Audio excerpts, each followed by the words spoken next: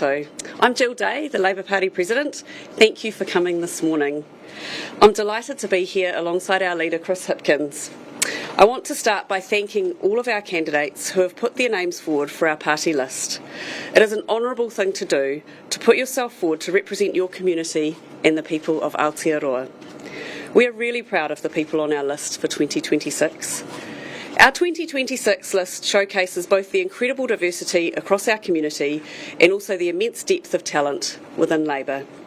We represent our whole community with the skills and life experiences we need to bring real progressive change. We are delighted to have 4 new candidates here to highlight the diversity and talent of our party list.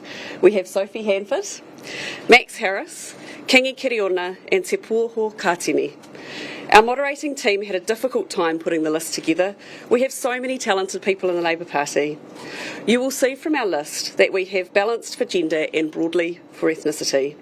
I'm so proud of this list. We have a list that looks like Aotearoa, New Zealand. I'll now hand over to Chris Hipkins.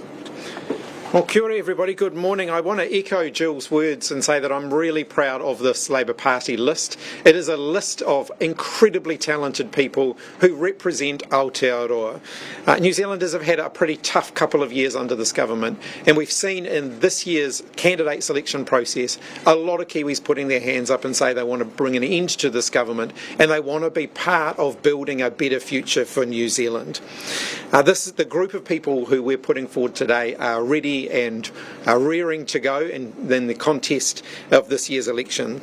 To just give you an indication of the sort of talent that we have from the top to the bottom of the list, there's 2 Rhodes Scholars, 2 Fulbright Scholars, a couple of them are standing behind me actually, and a variety of experiences in all of our communities up and down New Zealand, from business to farming to the community sector to the public sector, right the way through. You'll see a really rich diversity of candidates that we're putting forward. So it's been a tough job over the weekend. All of the people who have put their names forward are really worthy candidates, but the list that we have assembled is one that I'm incredibly proud of, and I'm looking forward to campaigning alongside everybody who's on this list. We are expecting, based on the list that we're putting out today, that at least 10 new people will come off the list into Parliament after the election, in addition to candidates that we're expecting to win seats. New candidates are expecting to win seats, so significant renewal, whilst also bringing back that talent and that experience that we have within our existing team. So with that, we're happy, Jill and I both happy to take questions. No, Greg O'Connor. Can I ask why he's not on the list? Greg, I think, indicated after Ohario his seat was disestablished that he thought that may well be the end of the road for him. He reflected on that over the weekend himself and made the decision that he didn't wish to have his name put forward on the list. Did that relate to his tentative ranking? Was he displeased with where he was? Greg has made this decision for himself, and this has been an ongoing conversation that he's been having with us since his seat was disestablished. Greg was really proud to be the MP for Ohario. He put his heart and soul into that job, and I'll tell you what, he was so well respected out there. No one in the media commentariat, and in fact even a few people within the party, were expecting him to win that seat at the last election, given the way the tide went, and he was standing against the deputy leader of the National Party. He held on to that seat because he is so well respected in that community. So it was a really big blow for Greg to have his seat disappear from underneath him, and I think he's taken some time to process that. So it didn't really disappear from underneath him, though. You guys just picked someone else to run it in. What's that?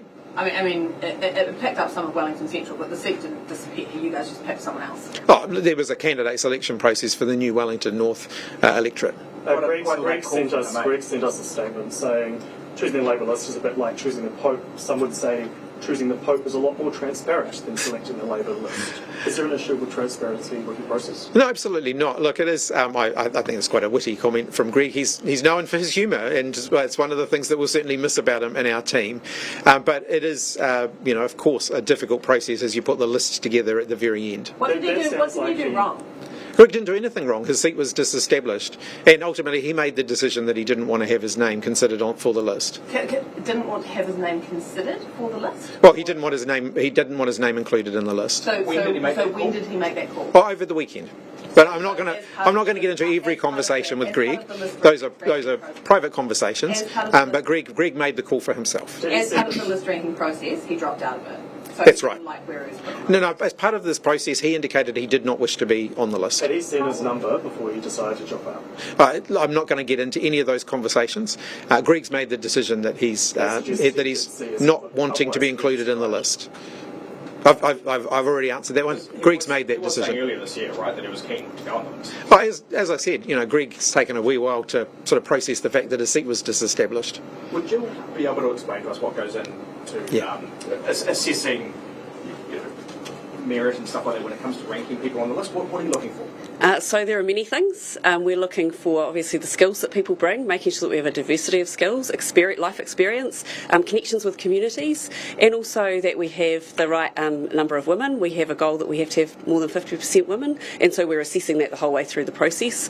We also make sure that we have ethnic diversity, but really it's a whole lot of things that we have to weigh up at the same time, which when you say that, like I just have, it sounds really simple, but it's not. There are so many different factors that we have to take into account, and so it's not comparing people's capabilities with each other, it's the general overview of things that they bring. Do any candidates spit the dummy when they see that?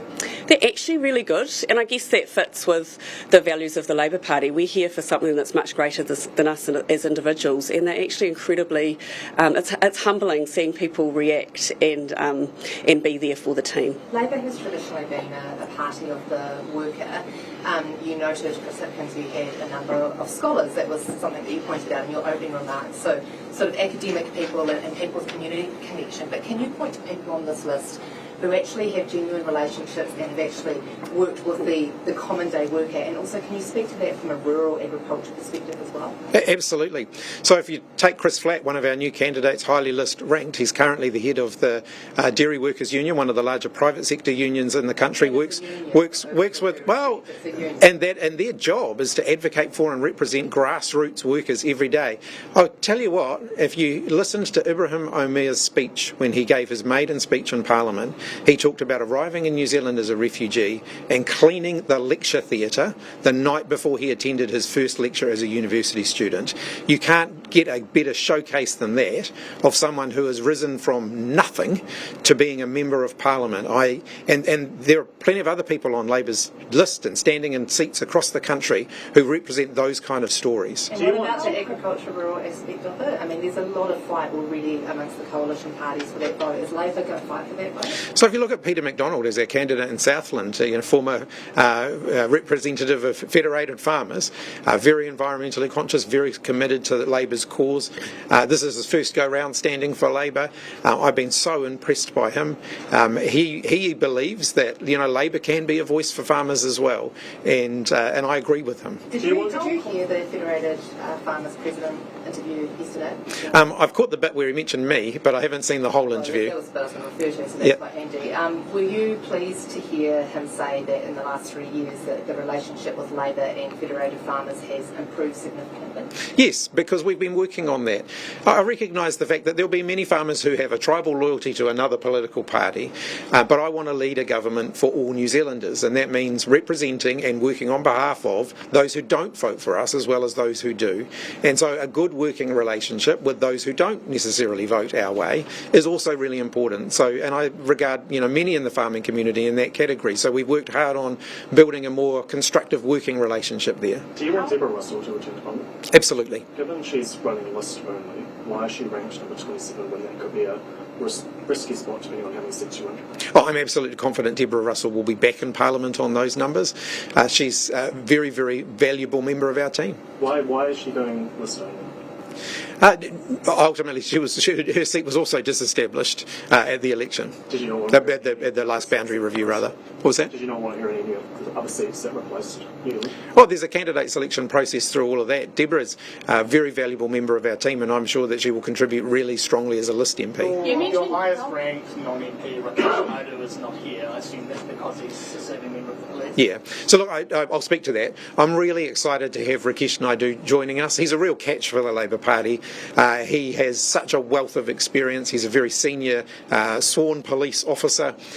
He's got a depth depth of experience working with Māori, working with Pacific, working with our ethnic communities across the country, where he's got very deep connections. He has a lot of thoughts about how we can build an inclusive, safe, welcoming Aotearoa. He's not going to be joining us on the campaign trail immediately. He's got some things to finish up with the police. So he's currently having a conversation with the Commissioner of Police about what that transition is going to look like. And so he will join us once that is complete. So those conversations are ongoing. Before the weekend, so that the Commissioner was aware before the weekend. When did he start going through the process of becoming a candidate? I'm not going to go into all of those details, but he's been upfront with his employers about his involvement. Informed the Commissioner of the earliest opportunity police policy? Well, I mean, he's been considering it for a while. Once he was clear that he wanted to go ahead with it, he informed the Commissioner. So is that at the earliest opportunity? Oh, look, I'm very confident in the level of integrity that he has displayed through this process, and I've certainly had no feedback from the police to the contrary. Has it been put on leave by the police? Those are questions for the police. By law, he will have to finish up with the police by no later than nomination day. But how they manage that, recognising, as I do, and I absolutely respect the need for the police to be well above politics and completely impartial, those are questions that the Commissioner will work through. He has my absolute support as he does that. Do you know, is there any sensitive briefings since he began thinking about becoming a candidate or going through the process of becoming a candidate? Those are, again, questions for the Commissioner. I have absolute confidence in the Commissioner managing that process. When are we going to hear from him? When he's finished with the police, and that's something that he will identify with the Commissioner. And for good reasons, he's not participating in any of these, other than the process over the weekend. He's not participating in anything with the Labour Party until that is finished. You mentioned Peter McDonald as someone who could represent rural communities for Labour. Is he going to be an MP? Oh, he's a very strong voice. I mean, not everybody who's on the Labour Party list. Well, if we do very, very well, he may be. How confident are you that Labour will unseat some of the electorates that are held by the Greens, the likes of Tamara Paul, Julianne Genter, Chloe Swarbrick? Well, we respect the Greens, and we work very cooperatively with them. But in those seats, we are competing with them, and we'll be competing vigorously. Do you expect to win Wellington Bays, and if not, why is Craig Rennie so far down the list? I absolutely expect to win Wellington Bays. Chris Hipkins, Warwick Klein, if I'm pronouncing that correctly, chap has been in Vietnam for 27 years. Yes. KPMG. How did he become to be on the Labour list? Warwick's been a member of the Labour Party for over 30 years. He's born and bred on the west coast of New Zealand, a strong Labour Party background. And has been involved and supportive of Labour for some time. He brings a skill set to the Labour Party. Sorry, I might just have a little water for a minute. A lot of talking in the weekend. With Greg? Don't be unnecessary. Warwick brings a skill set to the Labour Party that is really valuable to us, and I think it, again, is another big scoop for us to be able to get him. So he has really extensive corporate sector experience, and that is something that the Labour Party doesn't often have in its senior ranks. So I'm really excited to have him on board. Oh no, just when's he likely to be coming back? Well, he's another one of those people who's got to work through a bit of a process there. He's been working through that already, well in advance of this. So soon as he's finalised those, obviously, in addition to winding up the work that he's doing, he's also got to relocate. So he's working through that now. There's a number of your sitting MPs who are quite far down the list. Rachel Boyer, Colin White, Bill Twyford, Arlene Williams. Why are they so far down? All of them have higher list rankings than they did last time. So all of them are MPs who are expected to win their seats. And when we put the list together, we're always mindful that the list is an opportunity for us to showcase some of the new talent that we want to bring into Parliament, which does mean that those, and I've been in this camp myself, are those who hold seats that they're expected to win don't always get some of those higher spots, where those spots are really about showcasing some of the new potential people coming in. It is absolutely no reflection on them. They're expected to win their seats, and they're still going to be very valuable members of our team. How do you get new candidates when they don't know what policy you're running on? Look, people stand for the Labour Party because they believe in the values of the Labour Party, because they believe in a more inclusive New Zealand, because they believe in a more collective action. The values of the party don't change. Policies change from election to election, but the values don't. So have you had conversations with all of the candidates as to whether they support all of your upcoming policies that you're yet to announce? That is part of the deal. When you stand up to be a candidate, you're signing up to support the policies of the party. And the policies of the party go through a robust internal process. process themselves. Which seats, or could you identify a handful of seats that you're really targeting and trying to flip into Labour hands that you don't hold? As many as we possibly can. And, we're out to win every seat that we can, and we're out to get every vote that we can, recognising that even in some of those seats where it would be a very long shot for Labour to win the seat, there's still a lot of party votes that we can win in those seats, and our candidates play a really valuable role in doing that. So you mentioned before you were thinking Wellington Bays. What about Hutt South? Are there others like that you think realistically you have a chance? Absolutely. Yeah, I think Ginny Anderson will win Hutt South. Absolutely. She's my next door neighbour MP, or next door neighbour candidate at the moment. I fully expect her to be my neighbouring MP after the election. And what makes you confident about Craig Reedy? Craig's running an outstanding campaign. It's a seat that Labor's held for a very, very long time, bar the last election, and he's running a very strong campaign to win it back, and I'm confident that he's going to do that. How much of a priority, said if you're Jill, was given to renewal in this election? Because, you know, four behind you plus others. There has actually been a reasonable amount of turnover, relatively high on the list. Yeah. I'll make a brief comment, then I'll get Jill to do the same. We've obviously had a number of MPs leave since the last election, and so that's created some gaps for us in our caucus that we've been aiming to fill, and that does involve some renewal. But you'll see that our sitting MPs have also been well respected in this process as well. We really respect the contribution that they bring. We're going to be working hard to get them all of our existing MPs who are on the list back into Parliament, and the list that we put together makes that a realistic possibility, so we'll be working hard to achieve that. Thank you, and I think it would be fair to acknowledge that politics goes in cycles, and we've had 2023 we lost a number of people, and with our current polling we will be bringing new people in, and so it's an opportunity to take hold of that, and also to set our party up for the future. Our new caucus many of them will be there for 15-20 years, and this is the opportunity to put a team together that is truly representative of Aotearoa. And another question for you, what sort of vetting do Labour MPs go through? What are the main things that you dig into to check that fit and proper and appropriate people? So we've added to our process in this particular election, and we've identified that people's online presence now actually goes back a long way, and it's really important that we have in-depth conversations with people, and so we had an interview process before people were even able to step forward to be considered to be selected as a candidate, and that was really helpful because it gave us an opportunity to have conversations with them, and also we did do background vetting checks, which we do a bit of our own research, and it's important that we do that because it also prepares people for the fact that they need to understand their responsibility, and we take that very seriously.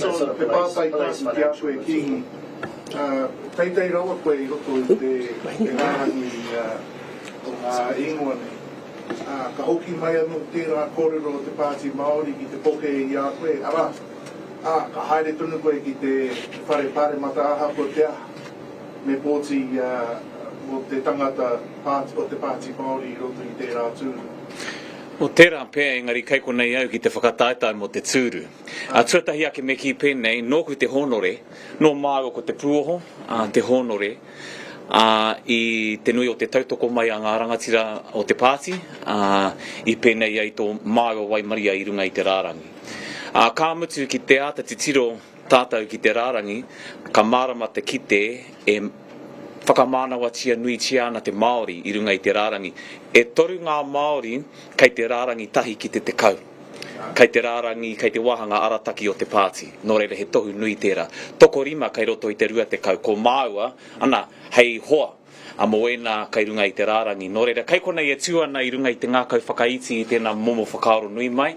Engari, mo te āhuatanga ki tō pātai, kei konei māua ki te whakataetai mō māua tūru. Nā te mea, kei te pirangi o tātou iwi ki tētahi kāwanatanga kāre nei o nā raruraru.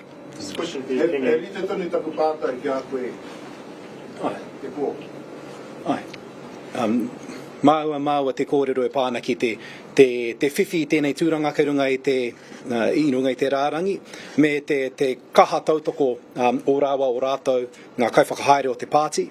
Engari, ko te mea nui, me uki ki te tirohanga whaiti ki ngā tūru, kia āta moho ai ngā hāpuri kei konei māua, mātou katoa, e whakaheke tōtā, e kaha whakamahi ana ki o rātou taha, hei pana I tēnei kāwanatanga, mo tātou katoa.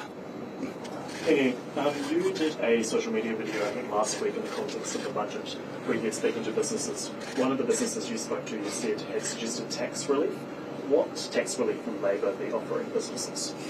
There will be a list of policy announcements that will be coming out in the coming days. I mean, we as candidates have been canvassing our regions and our communities. It was actually quite an interesting reaction and interaction with that particular member of the community in Hamilton. What we're sensing is a mood for change. So the comment in and of itself came in that context. There's a mood for change as a suggestion for the party to consider, but there will be policy announcements coming out in the coming Will any days. of those policies be tax relief for businesses? I gather there will be some tax relief policies to be announced. I'll leave that to the leadership to comment on. When exactly is your first policy announcement post-budget? We've got an announcement coming up later this week. Is there any tax relief for businesses? Look, we've got plenty of policy coming. You'll just have to wait and see. I'm just keen to talk about the strategy around the Māori seats. I noticed Willie Jackson's here. I don't know if you want to come and have a chat about it or whether you want to speak to him. Yeah, I'm happy to. Yeah. So, I mean, in terms of the seats, you're obviously looking to win them all back, right? How much time and energy have you already been putting into that? And what have you been doing differently to convince people that Labor should get those seats back? We're working hard in all of those Māori electorates, and you've got two of the candidates here now who are running incredible ground games already. We've seen a big surge in volunteer support in the Māori electorates. We've got a really active ground game. That is how we will win those seats back. So the candidate selections are now all done, and you'll see that reflected in the party list as well. So what lessons have you learned from when you lost those seats? Because take, for example, Nanaia Mahuta losing to Hana Rapati Clark. She was quite honest after the fact that she got completely beaten and smashed through social media and that grassroots ground game. So have you learned that lesson, and are you going to apply that across the board? And what does that actually look like? Does it mean just being really prolific on social media, or does it go beyond that? Oh, look, our whole campaign is going to look and feel quite different to the campaign we ran last time in the Māori seats and in the general seats as well. We had a social media edge in 2020. By 2023, that social media edge, we'd lost that. So we needed to do some rebuilding to get that back. We've done that, and now we're well and truly outperforming every other political party in our social media presence at the moment, and I'm really proud of the work that we've done to achieve that. But, social media is a very rapidly evolving space, and you've got to move fast. So in terms of the impressions and engagement, which is what you measure, social media performance based on, we're outperforming all of the other parties in Parliament. The main thing that I guess becomes a problem, though, is the concept of, well, if someone's going to get into the Labour Party anyway through the list, then we should give our vote elsewhere so that we get the 2-for-1 thing. How are you going to get around that and convince people that actually you should get your MPs in and actually holding those seats, or actually does it not matter if they're in the ring? In a general election campaign, that becomes less of an issue than it is in a by-election. So it was clearly an issue for Penny Hinari and the Tamaki Makaurau by-election. We haven't generally found that is the same conversation in a general election campaign, and it hasn't been the same conversation in the Māori electorates either. All right, that might be. Question. Yeah, sure. Do you think is it appropriate for senior ministers to accuse a public sector chief executive of seeking to politically undermine the National Party through the development of policy? They'd have to have very good grounds to do that. I've seen no evidence that anybody senior within the public service has done that. Andrew Mackenzie from Claymore wrote a letter to a board chair of the agency shortly before his redundancy, making that claim, saying that Nicola Willis and Chris Bishop had made accusations to that effect. Nicola Willis isn't talking about it, Kaimora is on Public Service Commission. Do you think there should be more transparency around that? I think the accusation itself, I've met Andrew Mackenzie plenty of times, interacted with him as a minister, found him to be a very professional, apolitical public servant.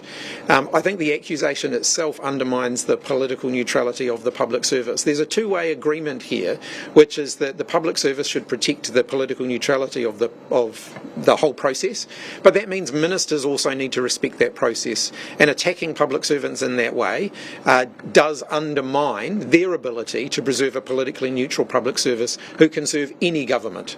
Mr. Mackenzie received a redundancy payment, but also a special payment in lieu of notice. There was no explanation at the time as to why that was the case. Do you think people should know whether that is connected to the remarks that Nicola Willis and Bishop were alleged to have made? If he is being paid compensation because of remarks being made by senior government ministers, then the senior government ministers should accept responsibility for that and they should be accountable for that. I see that your sign says your job, your health, your home. Is that the slogan, or is it jobs, health, homes? Well, I think you'll see jobs, health and homes are all represented in that there. There'll be plenty of variations of our campaign material as we head through the campaign. Does your super scheme that's contributed to by Parliament own your holiday home? Yes. Can you just explain how that works in terms of whether any money that goes into that super scheme can be used to pay off the mortgage on that home? It's a savings scheme, so yes, it can be.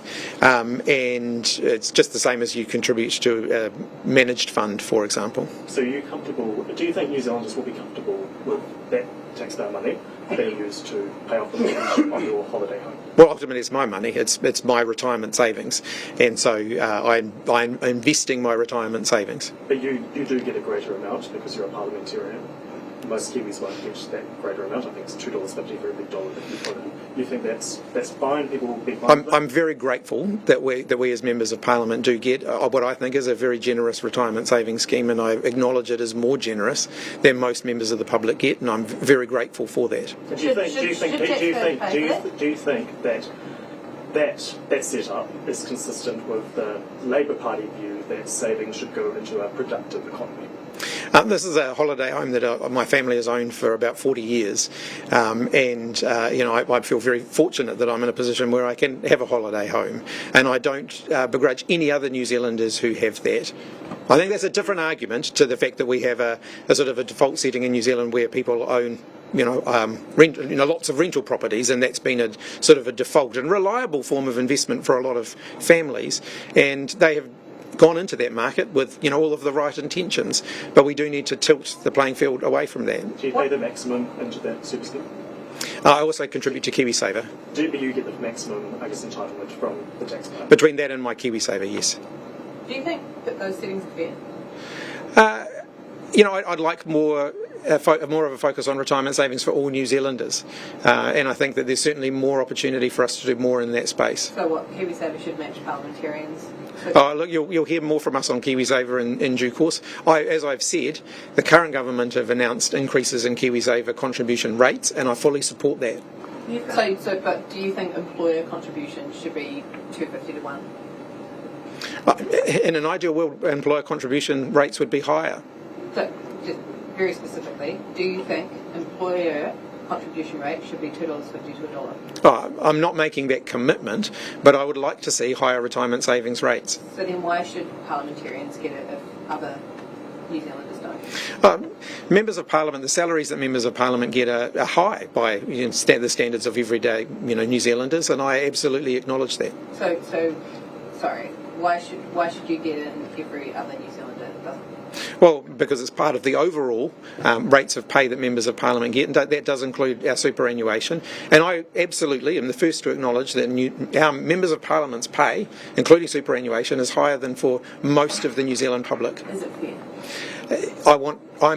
My goal is to raise the incomes of all New Zealanders. So, is your goal to level that playing field? The more that we can grow salaries and wages for all New Zealanders, the better. But you're not willing to give up anything to level the playing field? I have in the past. We cut MPs' pay during COVID-19, and I was one of the ministers that advocated for that. Are you willing to bring that ratio down from $2.50 down to $1 matching? I mean, we don't ultimately make that decision. Those decisions are made by the Remuneration Authority. No, that's not true. Parliament sets the rules for the Remuneration Authority, and they just set the rates. So you can direct the Remuneration Authority, and all of the legislation is decided by Parliament. Yeah, it's not something that we've looked at. Would you look at it? You're looking at other entitlements? We are looking at the accommodation allowances at the moment. I think there are some real issues there that go beyond just sort of unfairness. There's some issues there around the appropriateness of that scheme, and we are looking very closely at that. And would you look at this? It's not something that we're intending to look at. Jill, you mentioned in your remarks before this MPs coming in could be here for 15 to 20 years. That seems quite a long time. Why would you want MPs to be coming in for 2 decades? They could be, they may not be, but we acknowledge the fact that some people do stay for longer. There's a variation. It could be 5 years, 10 years, 15 years, but we know that, for some of them they will stay for a wee while, and that's an important thing to acknowledge. Is there a good incentive for them to stay for 2 decades? Not for everybody. It's individual. For every elected member, they work out what works for them, and we support them through that. But we're acknowledging that we're in a change process where we have got new people coming in, and we're really excited about that. What do you think of the idea of an MP dorm? I'm not going to get into Don't that. opinion. Yeah. Queensland does it. Yeah. No, I'm not going to get into that. So what's wrong with it? I think MPs should have Wellington accommodation that's appropriate to their need to be in Wellington when they're serving as members of Parliament in Wellington, and we'll have more to say about that in due course. Should it be restricted to hotels? We're going to have more to say about that. All right. Thank you very much, everybody. Thank you. After you guys.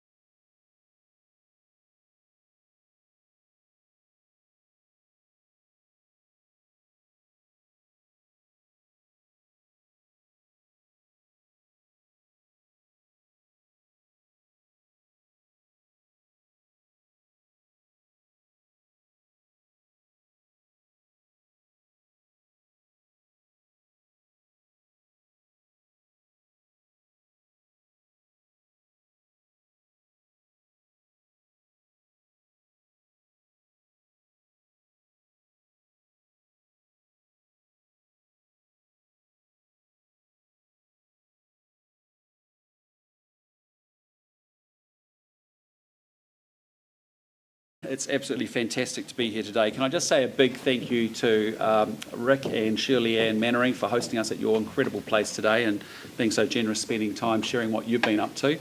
And at the end, I'll get you to say a few words as well. But just thank you for letting us come out to your place. It's been really great.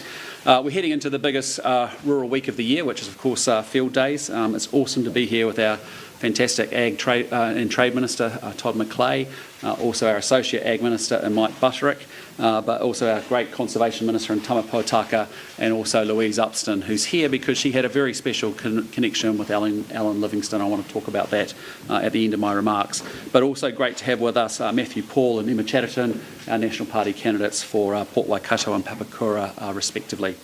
Look, it's no secret, National backs farmers. It's as simple as that. When we came to office, confidence in the sector was on the floor. The red tape squeezing the sector was out of control. Farmers were bogged down in regulation. Mental health was suffering. Investment had dried up. And our most efficient primary producers, our Kiwi farmers, were being told that they were the problem. We campaigned on getting Wellington out of farming, rebuilding confidence and finding ways to meet environmental obligations through smart, less costly rules. We've listened to the concerns of our rural and farming communities, and we've delivered simplified environmental regulations, reduced compliance costs and clear outcome-driven rules. We've removed agriculture from the ETS, we've banned full farm-to-forest conversions, we've made a huge investment recently in ridding the country of wilding pines. We got rid of the ute tax. We created an investment boost which gives a 20% instant asset write-off for tax purposes. We're replacing the RMA, as you well know, so that farmers have fewer resource consents, faster processing times and, frankly, a system that respects their property rights. We've tripled investment in rural support. We've launched a contestable rural wellbeing fund and increased investment in catchment groups. We've got spades in the ground now on the Waikato Medical School, which of course will send much needed doctors and nurses out into rural New Zealand. And we've delivered an Indian free trade agreement, which Labor said was impossible, but we are not stopping there. Today we are backing farmers and their conservation efforts. Some of New Zealand's most important conservation areas aren't in our national parks, they're actually on private farms, just like this one we're here today. For nearly 50 years, farmers and landowners have voluntarily protected native bush, wetlands and habitats on their own land, and often at their own cost. National is backing them to keep that going. The QE2 Trust is a charitable organisation that is funded by government to help and to encourage farmers and landowners with this work. This, I think, is the best value conservation work in the country. Every dollar the government puts in, farmers match many, many times over, and it's great bang for the buck for both the taxpayer and for our nature. Most of our rarest plants and animals don't live in the national parks, they live on farms, they live in lowland bush and wetlands, and our farmers are quietly saving some of our rarest species and fragile habitats, one fence gully at a time. So as I said, this is a really practical partnership approach to it with our communities that they actually want. Landowners choosing to protect significant sites, not having it forced on them from Wellington. Protecting these ecosystems on private land is vital for the future biodiversity of New Zealand. However, the Trust has actually had no increase to its funding or base funding since 2015. Today we're changing that because if elected, National is committing to permanently double the baseline funding of the Queen Elizabeth II Trust in Budget 2027. Just before I hand over to Tama to say a few remarks, I just did want to acknowledge the family of Alan Livingston, who is here with us today. Alan was the chair of the QE2 Trust, passed away unexpectedly in April. But I'm telling you, he was a real passionate advocate for the QE2 Trust, and as a former mayor of Waipa, a really strong advocate for his community. Alan's work lives on with QE2's work, and I hope he would be absolutely delighted with our announcement today. To his family, can I just say thank you so much for being here with us, and with that I'll hand over for Tama to say a few remarks. Kia ora tātou. Just wanted to echo the sentiments of the Prime Minister in relation to Alan. Janet, thank you and your whānau for your leadership over many years. Alan used to reinforce what was an important principle of my life. If you look after the land, it will look after you. And that's something that Rick and Shirley, I just wanted to acknowledge you for hosting us here today, and of course having those links with that beautiful part of the country down the Ruapi around Raitea and Oahu, carrot country, and the mahi that you're doing here to make sure we get rid of feral cats. Feral cats must go. Just to remind everyone, I'm responsible as the Minister for the mahi that Dan and others, the QE2 directors who are here today, Debbie and others, and the outstanding energy and enthusiasm that you bring to work alongside the government, but particularly with our farmers throughout the country, who are some of the most passionate conservationists and environmentalists that we have in Aotearoa New Zealand. Farmers are absolutely at the forefront of environmental stewardship, and we are here to partner with farmers, to back farmers, not only with the work around QE2, but also with the predator-free work, chasing deer and goats all up and down the Parapara Highway and other places, and also with some of that work on the wilding pines. And this, again, support to double the baseline monies into QE2 will reinforce our commitment to conservation, our commitment to pragmatic environmentalism, but also our commitment to work alongside and partner with our farmers up and down the country. I won't take much more time because I know that the Prime Minister would like to invite the farmers, the owners of this property here to make a few comments, but again, it's a fantastic day here in Bombay, and I'm only here to support the Prime Minister and those who are working the land. Kia ora. Well, thank you, Tama. Can I just also acknowledge Wayne and Fed Farmers, to say thank you for your leadership. Tracy and Dairy NZ, it's great to see you here, as well as Beef and Lamb as well, and we appreciate all your support. We listen to the industry and we listen to the sector, and that's a lot of where this has come from. I just thought it might be useful if Rick and Shirley Ann talk a little bit about what you're doing on the property here and how this program works in reality. It would be nice to hear from you, but I'll pass over to you.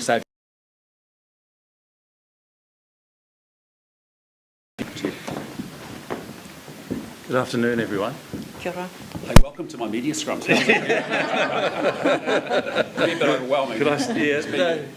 So basically, Shirley Ann is the driving force, along with the guys that work with us here on the farm, and it's her vision that's driven us forward. But without the help of QE2 and with Auckland Council and without the support of the national government, I mean, we couldn't be doing what we're doing, and it's exactly right. The value for money that you guys get by investing in farmers and investing through the QE2 pays off in a huge amount, because farmers, there are so many farmers in this country. I'm involved with the New Zealand Farm Environment Trust, and you meet so many farmers who are doing things in New Zealand, and they'd really like to do more. Constraints around budgets have been really strong for the last few years. There's a little more money now in the system, but there's a real need out there to help those guys along and encourage them on their journey to improve their farms. So I'll hand you to Shirley Ann now. Well, the permanent idea of the funding is extremely good, because it doesn't stop once we've covenanted the land. Yes. There's still the weed control, there's still pest and predator control, and that's ongoing forever. So actually, the more you protect, the bigger job you give yourself and the more time it takes. So the more bait you have to buy, the more bullets you have to buy for our pest control. And so I think it's just knowing that there's that support behind us, and it's not just farmers doing it on their own, even though that hasn't stopped them with farmer-led catchment groups and covenant work that they do. Yeah, I think that model's the right way. The way we're working on wilding pines together, the way we're working on catchment groups, predator-free, and now the QE2 Trust of actually, when government partners with you guys, everyone wins, really. It's a really good combination. Well, farmers know their farms better than anyone else. And so they're in the best position to say where the best money can be spent. And I mean, they chip in their labour for $1 an hour and work tirelessly to improve the situation. Great environmentalists. Yeah, they are. Great. Okay, well, listen, let's take any questions you have as media team on the announcement, and then we'll move to other general issues of the day if we can after that. Prime Minister, the books are pretty tight. Have you looked into how you might afford this bonus? Look, I mean, we've put it into our core budget funding. As I said, as a national party, this is what we'll go to the campaign with, as one of the many things in our agricultural set of policies that we'll go to the campaign with. But for us, it's a no-brainer to double the amount of funding here. Very, very, very achievable. Why? So there was a temporary uplift to 5.6 million per year. Why not double that rather than the 4.2 figure? I can't talk to that. I just know that we're doubling from 4.27, as I knew it, into 8.5 as we go forward from there. So the government funding, government gave extra funding, the temporary uplift to 5.2. Tommy, you might be able to speak to this. That temporary uplift is, we gave a temporary uplift, 1.5 per year for 3 years, but now we're going to double the baseline funding, and we're comfortable with that. But importantly, the multiplier effect that any additional funding has when you partner up with farmers and others who are often putting in 5 for 1 or 4 for 1 of the funding that we're putting in, you'll see an absolute explosion of biodiversity and also some of the landscape features that we want to see. It's just a program that works really well, and to put more momentum behind it, it means we can do more.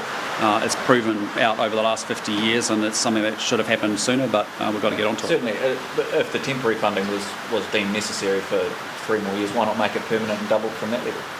Oh, well, just that we had a baseline funding, we had a temporary piece over the top, we've just decided to double the baseline funding. I wouldn't get too hung up on it, the fact that we're doubling the support for the QE2 Trust and powering up that work in combination with farmers and the community is exactly what we want to see. Yeah. Prime Minister, it has emerged that you've got this $1 billion from the budget that is from next year's budget. Sorry, we'll just move to any other questions. Good. Okay, we'll go to questions of the day. Yep. I mean, could that money be used for this, or can you give us an idea of what that money? Yeah, I mean, I spoke to that this morning. Essentially, we have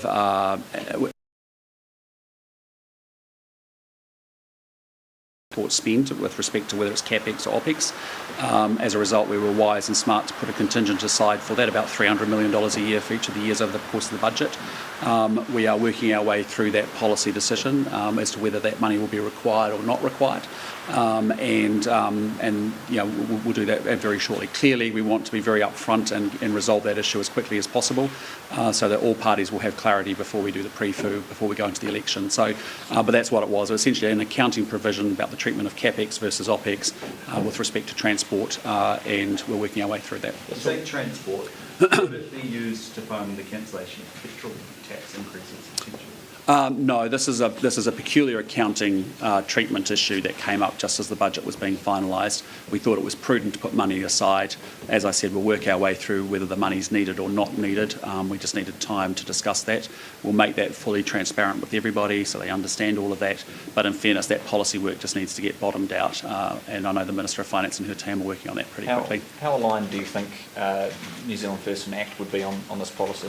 Well, look, I'd hope all parties across the Parliament support it. I mean, I think it's just common sense. We know this is a program that works. By us putting the money in, it's actually the real work happens with the farmers and the community. They've got outstanding results.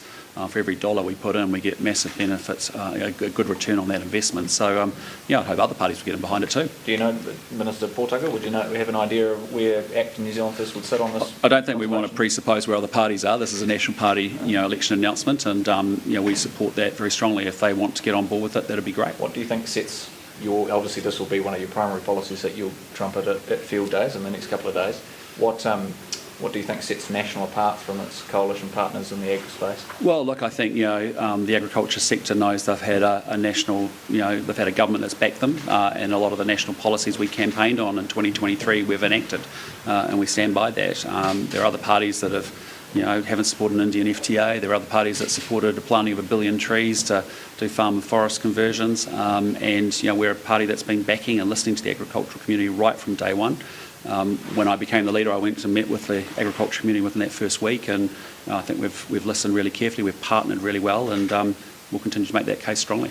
Prime Minister, just going back to budget issues, the Greens have come out today saying that the government has a nearly $500 million hole in the budget because of the increased employment contributions to KiwiSaver that were implemented last year, and as that hasn't been applied public service. What's your response? Oh, it's utterly ridiculous. We've built that into baseline funding as it was announced last year, and it's classic Greens really, not following the money. And so, we've said up front that's a baseline funding issue.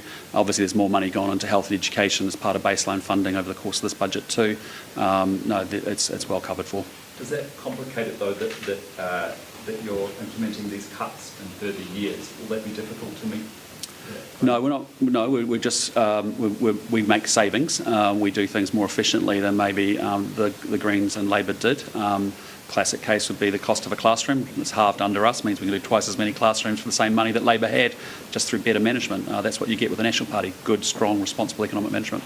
With Labor now polling higher, are you expecting National will lose seats you currently hold, like Hutt South and Mount Gospel at the next election? Well, I just reject the assertion in your question. You've often said Labor is soft on crime, but they've now got Rakesh Naidu joining their ranks. Would they be about to become the party of law and order? I think that is a ridiculous question, with all respect. This is a Labour Party that actually had one target, which was to reduce the prison population by 30%, at a time when violent crime went up 33%, gang membership went up 50%. There was a doubling of retail crime and a fourfold increase in ram rates. New Zealanders remember incredibly well what it was like in 2023, where we had rising levels of crime. Under this government, we've tackled the gangs, we've sent a clear message to young offenders, and we've sent a message to judges to cap sentencing discounts as well. The consequence is there's 49,000 fewer victims of violent, serious crime. That's 49,000 individuals and families that are not going through the trauma of violence and a violent offence. There's equally 22% reduction in serious youth offending.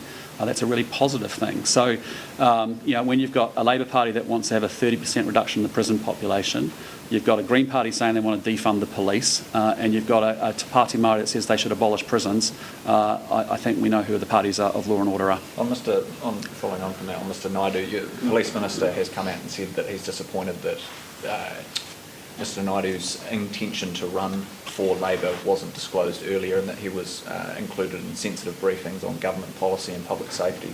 Are you concerned that that threatens police's political neutrality? Well, look, we expect public servants and police to be politically neutral. I think it would have been advantageous for him and for the Labour Party, frankly, for him to have declared his political intentions to his employer, the police, and I'll leave that for the Police Minister to give him the statement he's just issued. Is that something that you're going to be following up on? Because, the sensitive briefings is very sensitive information. I'm sure the Police Minister has raised it for that very reason, which is that we expect neutrality from our police and public servants. I think if a candidate wants to run for office, they need to declare that with their employer pretty early. What about comments from Chris Hipkins saying that he uses the publicly funded private superannuation scheme to pay off the mortgage for his family holiday home? Yeah, look, I just think I'm not going to go into that too much. That's a decision for him. But given his remarks in recent weeks about parliamentary and MP entitlements, it sort of feels like do as I say, not do as I do. But that's ultimately for him. What I'm more fixated on is how do we lift the retirement savings for all New Zealanders, and that's why we as a National Party want to increase our contribution so that we get to a total contribution employer and employee of 12% by 2032, which would align with what the Australians are doing. That's how we make sure people have got a good nest egg and are well set in their retirement. But with respect to his issues, that's something he's got to answer for. Do you think he's being a bit hypocritical? Well, I'll leave you to hold him to account. Yep. There's also been one of their candidates suggesting that Labor will run on tax relief policies. Would you welcome that as a National Party that's offered tax relief? It sounds like they might have joined the wrong party, because that's a party that just knows how to spend more, tax more and borrow more. We've seen a capital gains tax being proposed by Labor. We've seen a wealth tax. We've seen a trust tax. We've seen a land value tax being proposed by other parties in that consortium as well. So, look, New Zealanders get it. We are cleaning up the mess of Labor, which was, frankly, spend more, borrow more, tax more. Nothing's changed in their lineup. It's the same people. It'll be the same policies, and it creates a huge amount of suffering for everyday New Zealanders. Prime Minister, just another budget question on behalf of a colleague. So this goes to your announcement of longer stays in hospital for new mums. Yes. So you've only announced operational funding for 3 days postnatal stay, but the Ministry said there needed to be 100 million in capital funding for 175 new beds just to cope. Where will all these mothers go? Yeah, so there's three parts to this announcement. The first is that we're establishing the legal right for a mother to have access to a 3-day stay in hospital. The second thing is that we are starting with new mums across the country as quickly as we possibly can. And finally, over a 3-year period, we get to all mums. It does vary by region. There's lots of different models of delivery, and there'll be some regions that have resources and are ready to go. There'll be others that will have to work that through with them through Health NZ as well.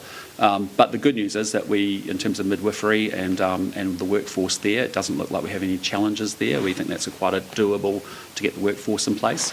And you're right, we just need to work through region by region exactly what the deliveries may be. And in some regions, we may be working through hospitals and others. So, it's a very clear. But we've got to put ourselves on this pathway, because it's something that I know Louise Upson has advocated for very strongly in our party and in our parliament for some time. Right thing to be doing. Mums should be able to have a 3-day stay to critical. Sheep and talking about the red meat sector at the moment is doing really It's great, isn't it? Just It's what fantastic. is your reaction to that as a win for New Zealand, and why do you think it is doing so well? Yeah, look, I mean, our exports are up $17 billion. If you look at it, dairy's been doing exceptionally well, selling high value added product out into the world. It's been really exciting to see.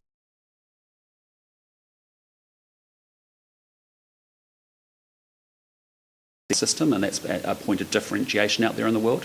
But, you know, we've got massive growth across Europe, even into the UK. Even in spite of US tariffs, we've seen a as well. You know, the world, North American herd, run their herds down over a number of years. It's very difficult for them to build that up to meet the demand that exists there, and that's where New Zealand product comes in. And you would have noted that under the US tariff, exporters have done a great job in primary industries. Beyond, you know, dairy and red meat, it's also, you know, wool's doing well, or doing better for the first time in a long time. And importantly also, so is our horticulture sector. Tourism's up 9%, international education's up 11%, and that's why for the first time in 5 years we have a trade surplus where we actually export more to the world than we import in. David Seymour has just put out a press release saying that that your policy today reflects an idea championed by ACT, saying, quote, National have effectively adopted an idea Mark Cameron promoted and ACT took to voters in 2023. Well, that is awesome that we've got bipartisanship on a critical idea, and that the good farmers of New Zealand can know that between the respective government parties they've got support, which is fantastic. So it seems to be suggesting... Isn't that exciting? Isn't that what you want to see? Seems to be suggesting that you're... Well, listen, this is something we've heard from the agricultural community for a number of years, and it's been a real desire of ours to get this delivered and done, and I'm very proud that we want to do it, and it's great to go on and do it as well. It's amazing. Are you aware of any New Zealand maybe Philippines earthquake? No. I did speak quickly to our emergency services team.